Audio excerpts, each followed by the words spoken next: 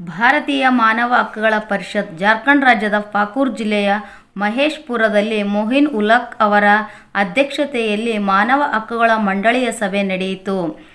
ಈ ಸಭೆಯಲ್ಲಿ ಮಾನವ ಹಕ್ಕುಗಳಾದ ಮಹಿಳಾ ಸಬಲೀಕರಣಕ್ಕೆ ಒತ್ತು ನೀಡುವುದು, ಭ್ರಷ್ಟಾಚಾರದ ವಿರುದ್ಧ ಧ್ವನಿ ಎತ್ತುವುದು, ಲಂಚವನ್ನು ನಿಲ್ಲಿಸುವುದು, ಮಕ್ಕಳ ಶಿಕ್ಷಣಕ್ಕೆ ಒತ್ತು ಕೊಡುವುದು, ರಕ್ತದಾನ ಮಾಡುವುದು, ಬಡವರ ಮತ್ತು ಅಸಹಾಯಕರಿಗೆ ಎಲ್ಲ ರೀತಿಯಲ್ಲೂ ಸಹಾಯ ಮಾಡುವುದು ಈ ರೀತಿಯ ಎಲ್ಲ ಮಾನವ ಹಕ್ಕುಗಳ ಬಗ್ಗೆ ವಿವರಿಸಲಾಯಿತು.